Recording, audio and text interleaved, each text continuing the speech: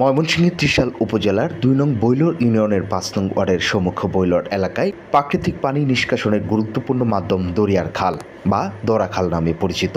এটি অবৈধভাবে ভরাট করে তার উপর বাঁধ নির্মাণের অভিযোগ উঠেছে এক প্রভাবশালী কারখানা কর্তৃপক্ষের বিরুদ্ধে। স্থানীয় সূত্রে জানা যায়, দীর্ঘদিন ধরে খালটি এলাকার বৃষ্টির পানি ও অতিরিক্ত পানি নিষ্কাশনের একমাত্র পথ হিসেবে ব্যবহৃত হয়ে আসছিল। কিন্তু সম্প্রতি খালটি ভরাট করে নিচে কংক্রিটের ঢালাই দেওয়া হয় এবং পানি চলাচলের জন্য নামমাত্র কিছু পাইপ বসানো হয়। এর উপর আবার কংক্রিটের বাঁধ নির্মাণ করায় স্বাভাবিক পানি প্রবাহ মারাত্মকভাবে বাধাগ্রস্ত হয়। এর ফলে সম্মুখ বৈলর ও পার্শ্ববর্তী কানহর এলাকায় বিস্তীর্ণ কৃষি জমিতে পানি জমে থাকে। দ্রুত পানি নিষ্কাশন না হয় প্রায় ৩০০ একরের বেশি জমি দীর্ঘদিন পানির নিচে থাকে।